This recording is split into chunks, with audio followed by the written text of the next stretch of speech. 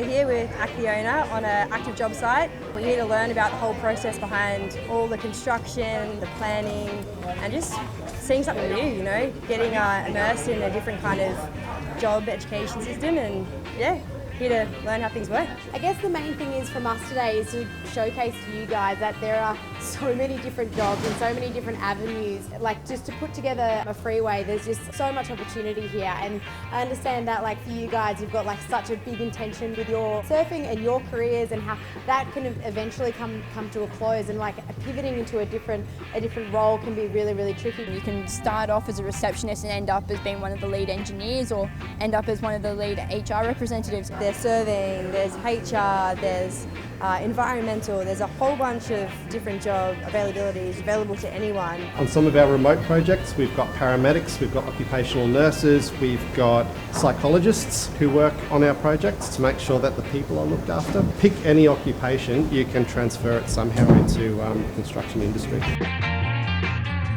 So we've inducted well over 1,500 people onto site, and they've all got a role to play, which is what we wanted to really communicate to the athletes, that there's just not one way to get out onto a construction site. There's so many different ways, and all different skill sets are required out here. Everything's changing constantly. It always keeps things fresh. You're always dealing with a new challenge. There's always some new problem that you've got to handle, and they're always different, so it doesn't ever get boring. Being outside is probably the biggest one. In the survey space, 90% of the guys and girls, the reason why they get into this game is to be outdoors, enjoying life. Everyone loves being out in the outdoors, and that's the biggest reason why guys and girls are getting into surveying. So. Putting a high vis on and chucking some boots on and a helmet, definitely a different feeling. It's definitely like a thing that I would consider doing, like getting into something like this. What we get out of travelling the world is something that I guess a lot of surfers are addicted to, and that knowing that this is something that could give you that as well is pretty cool to think about. Definitely like consider it in future. The uniform alone, like just actually putting on a uniform, is so different for us. You know, our uniform is a wetsuit and a t-shirt and a pair of boardies. So I do feel like a fish out of water. I know these guys definitely do too, but it's just cool to see, you know, all the options that are out there, and maybe it's something that they'll want to look at in the future. I know I'm definitely keen on this kind of work, so yeah, just enjoying myself today and gonna learn as much as I can.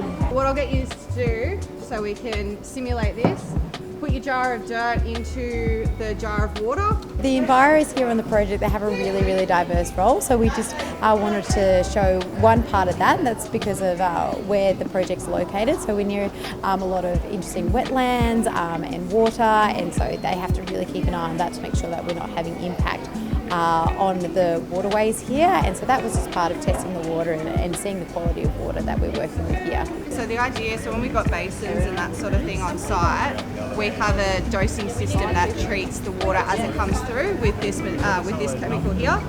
So as the water comes through, gets treated, mixes up, and then sits in the basin, and then the sediment all drops out, and then we have clean water over the top, which means we can either pump that out or it's good to discharge out into the environment. It gets pretty dirty out there, and there's probably a bit of oil coming off some of the machines, so I guess they're going to make sure it's all good for like the wildlife out there to be like swimming around or flying around and stuff. It's good to know they're thinking about it. For me personally, I don't look at it as a backup plan. I look at it as something else that I love doing.